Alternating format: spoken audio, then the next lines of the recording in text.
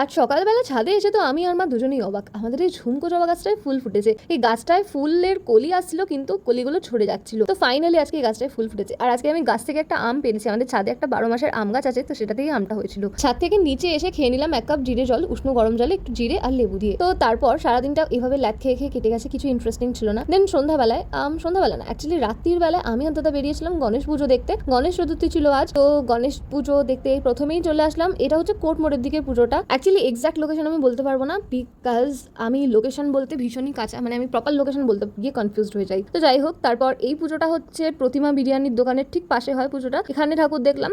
And then চলে আসলাম আমাদের রানাঘাটের ওয়ান অফ দ্য বিগেস্ট পুজো, সেটা হচ্ছে ভাঙড়াপাড়ার এই পুজোটা। এখানে খিচুড়ি প্রসাদ দিচ্ছিল, আর আমি আর দাদা ভাই যেখানে খিচুড়ি প্রসাদ দেয় সেখানেই লাইনে দাঁড়িয়ে যায়। দেখো কত লোক লাইনে দাঁড়িয়েছিল। ফার্স্টে যদিও ভাবছিলাম লাইন দিয়ে নেবো কিনা, তারপর ভাবলাম গন্নু দাদা যখন চেয়েছে প্রসাদ তো নেওয়াই যায়, আর এই দেখো প্রসাদ। তো তারপর আমরা একটু স্মার্ট বাজারে চলে গেছিলাম, অ্যান্ড দ্যাট ইজ ইট।